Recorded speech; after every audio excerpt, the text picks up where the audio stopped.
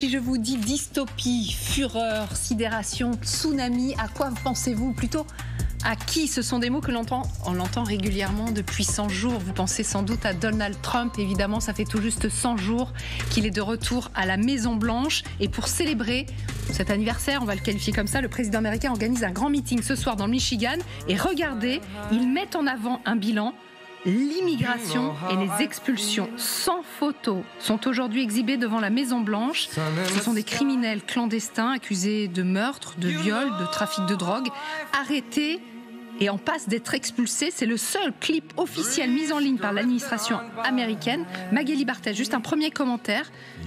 L'immigration, c'était le thème central de sa campagne. Est-ce que c'est sa plus grande réussite à ce jour? Là, ce qu'il veut, c'est montrer qu'il a tenu parole, justement, en expulsant un certain nombre de ces criminels, notamment vers le Salvador. Mais vous savez, il y a beaucoup de problèmes judiciaires et la Cour suprême, notamment, a bloqué maintenant certaines de ces expulsions parce qu'on s'est rendu compte que, notamment, l'un de ces migrants qui avait été expulsé vers le Salvador l'avait été expulsé sans aucune raison valable et il se retrouve aujourd'hui dans une prison de haute sécurité au Salvador.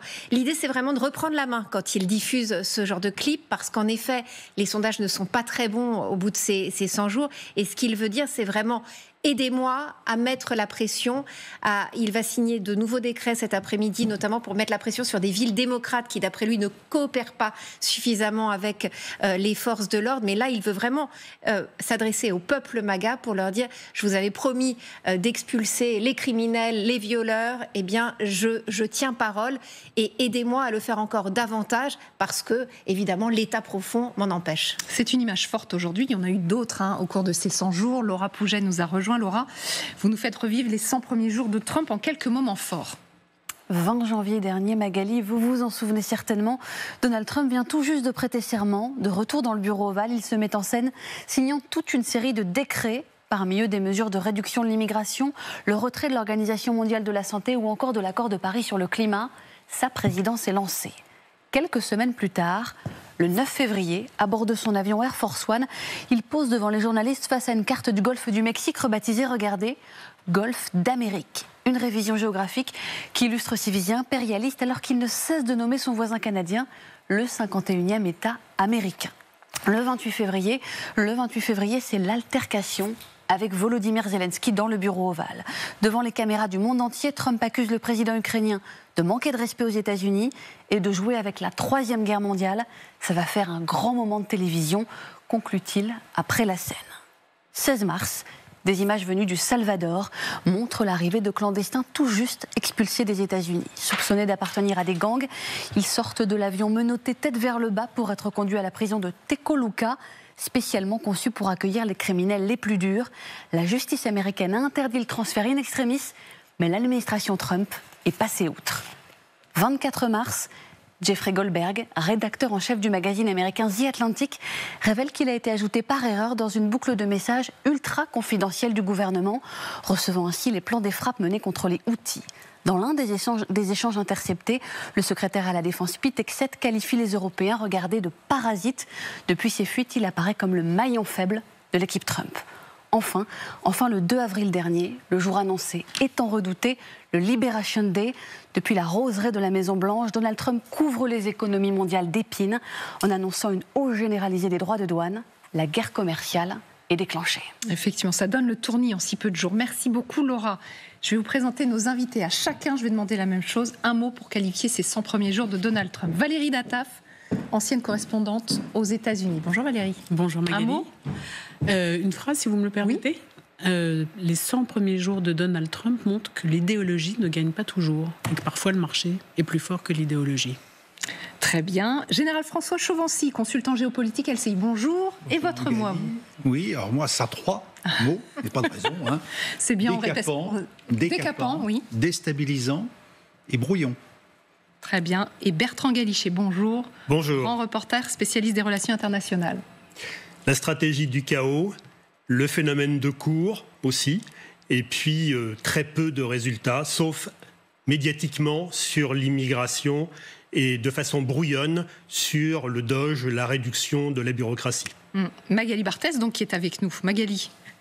Je dirais disruptif, chaotique, vertigineux. C'est parce que je trouve qu'on a une impression de vertige après ces 100 premiers jours. Est-ce que finalement, est-ce que ça peut continuer sur ce rythme ? Parce que les 100 premiers jours, c'est symbolique, on le voit que Donald Trump lui-même s'en empare, il y a un grand meeting ce soir dans le Michigan. Est-ce que ça peut continuer comme ça, Valérie, ou c'était un traitement de choc pour le début de sa présidence ? Moi, je crois qu'on a vu, je reviens à ce que je disais, le premier coup d'arrêt à Donald Trump, ça a été la loi du marché. Il y a eu une forme de régulation, la question sur les droits de douane, la situation économique et sociale. Ce sont les marchés qui ont fait céder Donald Trump. Est-ce qu'il en tirera les leçons pour la suite du cours de son mandat ou pas ? Ça, c'est la question. Les sondages ne sont pas mauvais en ce qui concerne Donald Trump, mais enfin, ils ne sont pas mirifiques non plus. Non. Il est plus bas que les autres présidents américains après 100 jours de mandat. Il est à 42% d'approbation. C'était le même niveau en 2017, donc de ce point de vue-là, rien de neuf. Et surtout, son socle électoral, les 88% des républicains, approuvent l'action de Donald Trump. 88% de ceux qui ont voté pour lui, en tout cas, dans ce parti. Donc, est-ce que ça peut continuer comme ça ? Vous avez parlé d'un maillon faible, c'est Laura qui parlait de maillon faible avec le secrétaire d'État à la Défense. C'est pas une mince affaire, la défense aux États-Unis. Ouais. C'est quand même très structurant. Donc, je pense qu'il va y avoir encore beaucoup de bruit et de fureur, etc. Mais pour l'instant, le bilan est en demi-teinte. Je dirais même qu'il est en trompe-l'œil parce que la situation économique et sociale n'est pas bonne et que les Américains s'en rendent compte et que, on l'a dit et répété, je vais le dire encore une fois, pardon, mais les élections de mi-mandat, c'est dans moins de 2 ans, oui. Puisque c'est en novembre 2026 et qu'il va falloir pour Donald Trump rectifier à la marge ou plus largement pour pouvoir assurer une majorité dans les chambres. Oui, parce que de toute façon, il est sensible à l'opinion publique. Il est obligé, il n'a pas le choix de toute façon. Et Valérie le disait très bien, il a quand même la chance d'avoir conservé son électorat. Alors, sur les différents sujets, quand on regarde les sondages de façon assez fine, tout son électorat n'est pas d'accord sur tout. Les 88% dont vous parliez, effectivement, ça c'est le socle, c'est-à-dire des gens qui ne regrettent pas d'avoir voté pour Donald Trump. Je crois qu'ils sont 5-6% à regretter, donc c'est très peu, les autres ne savent pas trop. Mais en tout cas, sur un certain nombre de sujets qui sont des sujets préoccupants pour la vie quotidienne des Américains, ce socle électoral est parfois beaucoup plus critique. Et donc ça aussi, naturellement, il va devoir en tenir compte. Et si on regarde son bilan à l'issue de ces 100 jours, au fond, quels sont les succès ? On parlait de l'immigration. Là, bon, il y a une sorte d'effet médiatique qui met en avant, on le voit avec ces affiches posées dans le jardin de la Maison-Blanche. Il y a éventuellement donc la réduction de la masse administrative, mais ça a été fait en dépit du bon sens, et ça tous les Américains commencent à s'en rendre compte. Pour le reste, sur les questions économiques qui sont fondamentales, l'inflation, 0 résultat. Sur la politique étrangère, l'Ukraine notamment, 0 résultat, avec à chaque fois des annonces et un suspense qu'il fait durer en disant... même sans revenir sur l'histoire des 24 ou 48 heures. Après, c'était dans la semaine, c'était dans les 3 mois, etc. Bon, ça n'a jamais eu lieu. Et pour l'instant, on est au point mort sur cette affaire. Rien n'a bougé. Sur les droits de douane, il y a très peu d'éléments positifs pour l'instant pour les États-Unis. Il a annoncé déjà une réduction sur les matières premières, sur l'acier, parce qu'il va ce soir dans le Michigan, à côté de Détroit, donc la cité de l'automobile. Et évidemment, il faut qu'il apporte quelque chose. Mais pour le reste, il n'y a que de mauvaises nouvelles pratiquement depuis 100 jours. Sans doute, mais pas pour lui. Pas pour lui, parce qu'il est, bien sûr... Bien sûr, son bilan, il estime qu'il est bon. Voilà ce qu'il disait hier dans une interview à Via Atlantic, un journal américain. La première fois, j'avais 2 choses à faire. Diriger le pays et survivre. Je devais faire face à tous ces escrocs, et cette fois-ci, je dirige le pays et le monde. Cette phrase-là, elle est extrêmement significative. C'est pas une phrase en l'air. Je devais faire face à tous ces escrocs. Tous ceux qui l'empêchaient d'agir. Exactement. Évidemment. Et donc, il a tiré les leçons. et maintenant il s'est mieux préparé, même si c'est vrai qu'il y a une impression quand même brouillonne, comme vous le disiez, mais il s'est mieux préparé, et surtout, il n'a plus que des gens extrêmement loyaux autour de lui, des gens qui valident la thèse de l'élection truquée en 2020, qui sont persuadés qu'il y a eu une chasse aux sorcières judiciaires contre lui. Donc il n'y a plus d'adultes dans la pièce, selon l'expression consacrée, c'est-à-dire de gens qui viennent lui dire non mais là ça va trop loin en fait. Donc ça veut dire que son bilan c'est à lui. C'est un espèce de phénomène de cours maintenant autour de Donald Trump, c'est-à-dire qu'il n'y a que des gens qui font une espèce de surenchère autour de lui. Mais là où il y a quand même une évolution, et je trouve quelque chose qu'il peut brandir, c'est la révolution anti-woke. Et ça, c'était vraiment, vraiment ce que demandait son électorat, cet électorat MAGA. Il ne voulait plus de cette Amérique woke qui est allée aux yeux de cet électorat beaucoup trop loin. Et ça a vraiment été les premières mesures de Trump en signant les décrets pour revoir les règles de diversité, d'inclusion. Ça a été la vraie révolution au sein qu'a lancé Trump, et ça qui suscite, à mon avis, énormément d'adhésion dans son électorat. Je suis entièrement d'accord, mais on voit bien que c'est idéologique et uniquement idéologique. Oui. La lutte contre la diversité, l'égalité, l'inclusion, le wokisme, les bagarres avec les universités américaines comme Harvard ou Columbia. Mais ça marche pour l'instant, et évidemment ça marche dans son électorat. Ça va vite être oublié si les difficultés s'accumulent. Mais je suis entièrement d'accord avec vous. Oui, son électorat demandait il a été élu pour ça et pour le pouvoir d'achat. Et pour l'instant, sur le pouvoir d'achat, on n'y est pas. Un petit mot général, juste sur une phrase aussi de Donald Trump. Je m'amuse beaucoup. Bon, je ne sais pas s'il faut le prendre au deuxième degré ou au premier, parce que il est à la tâche. Bon, moi, je reviendrai un petit peu d'abord sur ce qui vient d'être dit. Oui, je pense qu'il y a quand même un succès qui est il a circonscrit l'effet woke, et c'était peut-être utile quand même. Donc il y a quand même un succès. Le reste, effectivement, ce n'est pas, on peut pas dire que ce sont des succès. D'un autre côté, qui en 100 jours peut tout changer ? Je ne connais pas beaucoup de chefs d'État capables, quel qu'il soit, quel que soit le pays, sauf un État autoritaire. Lui-même qui s'était mis un objectif. Voilà, oui, mais un objectif.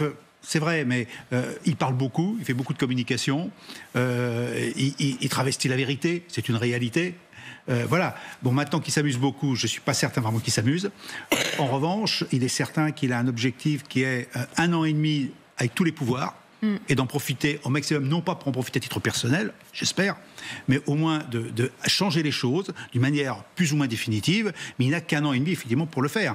Et là, il a tous les pouvoirs. Il est fort peu probable, et là on revient à tout ce qui vient d'être évoqué comme sujet qui n'aurait pas réussi, je dis ça quand même au conditionnel, ça fait que 100 jours, mais que dans 18 mois, il ne soit pas capable de gouverner comme il l'entend aujourd'hui. Donc effectivement, il a sa période faste aujourd'hui en termes, j'ai tous les pouvoirs et je veux faire quelque chose. Et donc, et dans cette perspective, est-ce que vous pensez, alors vous parliez de la guerre en Ukraine, est-ce qu'on peut prendre les choses un peu à rebours ? Est-ce qu'il n'y aurait pas un début de commencement de succès où il fait bouger quand même les choses ? Il a mis autour de la table les Ukrainiens et les Russes. Voilà lui ce qu'il dit. Je pense que je suis en train de sauver l'Ukraine. Elle serait écrasée en très peu de temps. Je rends un très grand service à l'Ukraine. Je le crois vraiment. Ah bah, qu'il le croit, c'est possible. Mais que et vous Général. Est-ce que c'est réel ? L'armée ukrainienne et l'Ukraine, elle résiste, et elle peut encore résister un certain temps. Donc je ne suis pas certain qu'elle a besoin totalement de Trump pour la sauver, mais c'est vraiment pour limiter la casse. Et effectivement, à la date d'aujourd'hui, Trump... En 100 jours, est-ce qu'il a fait plus pour l'Ukraine que Joe Biden ?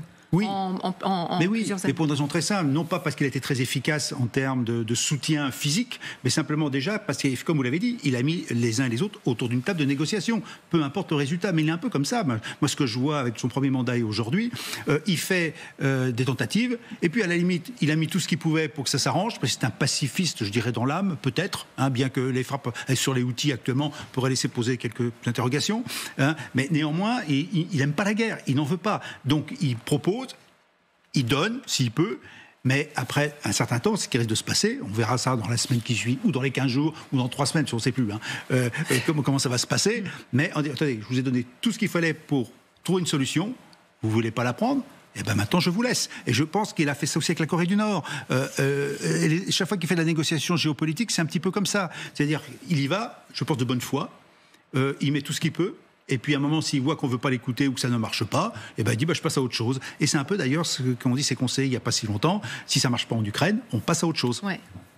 Alors, Donald Trump sauveur de l'Ukraine, Valérie. Non mais possible, enfin en tout cas on le souhaite si on arrive à un accord acceptable pour toutes les parties et notamment pour l'Ukraine, parce que personnellement je me fiche un peu de savoir si c'est bien pour la Russie ou pas, mais c'était une promesse de Donald Trump. Et c'est une promesse qu'il n'a pas réussi à tenir. Ça devait être 24 heures, puis quelques semaines, puis 100 jours. On y est et la paix n'est toujours pas signée en Ukraine et le prix Nobel de la paix s'éloigne à tire d'aile. Et donc, pour Donald Trump, ce n'est pas une bouderie, ce n'est pas un puisque vous voulez pas, c'est comme Soubalonion et Croton dans Astérix, si vous voulez, il va pas retenir sa respiration. Donc, il y a là l'illustration d'une méthode qui ne fonctionne pas et qui est beaucoup plus compliquée, d'un conflit qui est beaucoup plus compliqué que sans doute ne l'avait imaginé Donald Trump. Je ne lui jette pas la pierre. C'est pas du tout facile de signer une paix ou d'arriver à mettre tout le monde autour de la table. Mais pour l'instant, on a mis les Russes et les Américains autour d'une table, les Ukrainiens et les Américains autour d'une table. On n'a pas encore vu, sauf erreur, d'Ukrainiens et de Russes assis à la même table, ni de négociation directe. Donc, tout cela est très compliqué. Moi, ce que je crois, ce que j'espère, c'est que ça va tout d'un coup être une épiphanie pour Donald Trump. La vie n'est pas aussi simple qu'il le croit. Non, mais je suis d'accord avec vous. Mais je pense quand même qu'il n'est pas dans une logique. Alors, l'affaire qu'il espère le prix Nobel de la paix, je suis toujours un peu surpris quand j'entends ça, qu'il puisse l'espérer. Il l'a dit. Oui, Regardez, mais je suis tellement surpris qu'il ils ne me soit dans ce mythe. jamais le prix Nobel de la paix. C'est dommage, je le mérite. Oui, mais là, on voit qu'il a un petit problème psychologique quand même. Non, c'est la compète avec Obama. Oui, non, mais ça, je suis d'accord. Prix Nobel de la paix. Oui, mais qui a un objectif avec ses anciens rivaux politiques. Je le comprends. Maintenant, il y a quand même le personnage. Et le personnage, je pense que c'est pas quelqu'un qui se s'enferme dans le sujet. Par contre, il cherche à y croire, il cherche à faire croire, et c'est ce qu'il est en train de monter. Et à la limite, je reste convaincu que s'il peut pas, il dira tant pis, je passe à autre chose. Voilà. Donc c'est vraiment plutôt une question de psychologie de l'individu plutôt que la psychologie d'un homme d'État. Voilà. Je crois que son échec, au moins provisoire, sur l'Ukraine, en fait, repose sur un malentendu profond. C'est-à-dire, quelle était la stratégie, et quelle est toujours plus ou moins la stratégie de Trump dans l'affaire ukrainienne, c'est de dire, on constate quel est l'état des forces de part et d'autre. Il y a un rapport de force qui, selon lui, est extrêmement défavorable à l'Ukraine. Il a en partie raison.